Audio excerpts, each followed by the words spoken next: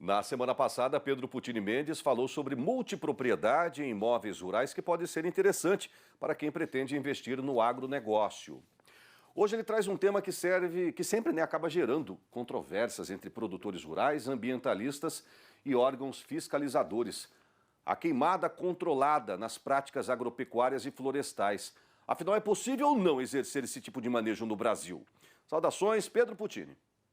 Saudações, sejam mais uma vez bem-vindos e sempre aqui tratando de assuntos que muitas vezes fazem parte do dia a dia, né, do produtor, e essa situação que nós vamos comentar hoje, que sempre acaba gerando dúvidas na fiscalização para o produtor, autos de infração, multas, né, e alguns outros problemas pela falta de informação.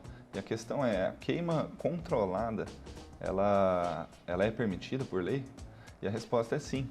A resposta é sim, é possível fazer a queima controlada e a gente pode apresentar aqui o fundamento de maneira muito tranquila, que está no próprio Código Florestal de 2012, que já veio também de outros códigos florestais anteriores, o de 34 e de 65, mas é importante saber que nesse novo código, novo assim, 2012 já, né, mas o artigo 38, ele tem o seguinte texto: é proibido o uso de fogo na vegetação, exceto nas seguintes situações: em locais ou regiões cujas peculiaridades justifiquem o emprego do fogo em práticas agro-silvopastoris ou florestais, mediante aprovação do órgão estadual ambiental competente para cada imóvel rural de forma regionalizada e que vai estabelecer os critérios de monitoramento e controle. Então é possível desde que solicitado para o órgão ambiental competente,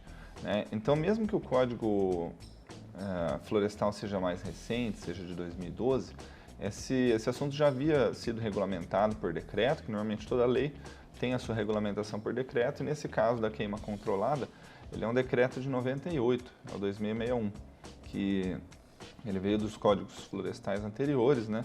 Ele é de 98, então já regulamentou dois outros códigos e cabe aos órgãos ambientais, normalmente, verificar se estão sendo observadas as exigências técnicas estabelecidas para essa queima controlada, como, por exemplo, a faixa de segurança de 1.000 metros em relação a aglomerados urbanos ou a possibilidade de haver outras orientações técnicas relativas ao local, à peculiaridade do local, né? Então, até para acrescentar um exemplo disso, peculiaridades do local, e até para evitar as fake news, né, no agro, o agro tem sofrido bastante com isso. No ano passado, a queima ficou suspensa, não foi suspensa de maneira geral, né? No ano passado, houve a suspensão deste decreto que eu acabei de comentar, do decreto de 98, devido àquela época de estiagem que nós passamos aí, né, no mês de agosto, que gerou uma série de incidentes, né, florestais e demais incidentes relacionados com fogo, né?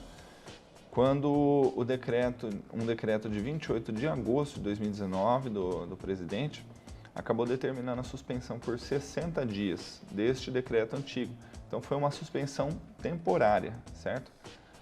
Bom, e como se já não fosse suficiente a legislação que eu acabei de citar, que diz que permite, como acontece muito também no agro, né, muitos dispositivos de lei, muitos artigos de lei são questionados, né, pelo Ministério Público, por ONGs e tal, e não foi diferente com relação a essa situação da queima.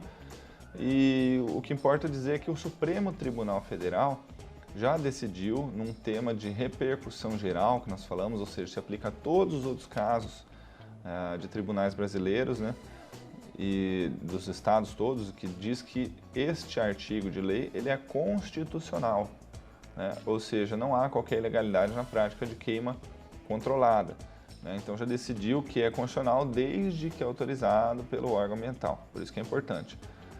Então dessa forma, a autorização para uso do fogo de maneira controlada é permitida por lei, é permitida pelos tribunais, e ela na verdade, ela atende às peculiaridades até mesmo culturais e ambientais de muitas regiões do país, né? Isso já vem de tempos tempos imemoriais que nós falamos aí, quando até outras culturas brasileiras, as culturas indígenas até mesmo, já utilizavam dessa prática.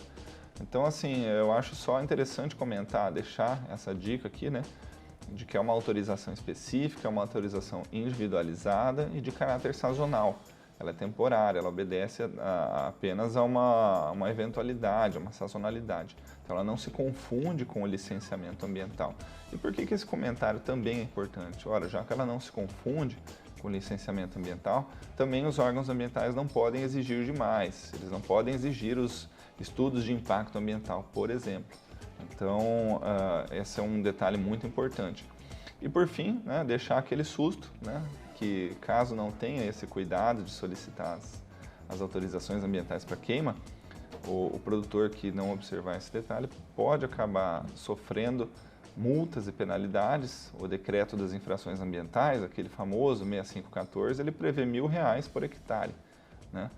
E também a lei de crimes ambientais pode acabar penalizando por crime ambiental aquele que fizer fogo sem a devida autorização. Então, mais uma vez, com o propósito de, né, aproximar as pessoas das leis, de trazer segurança jurídica, esse foi o tema de hoje. Participem mandando dúvidas e acompanhando todo o nosso conteúdo que está disponível já os conteúdos passados que estão no YouTube. Saudações e até a próxima. Maravilha, no YouTube e também lá no site do Giro do Boi, tá bom, pessoal?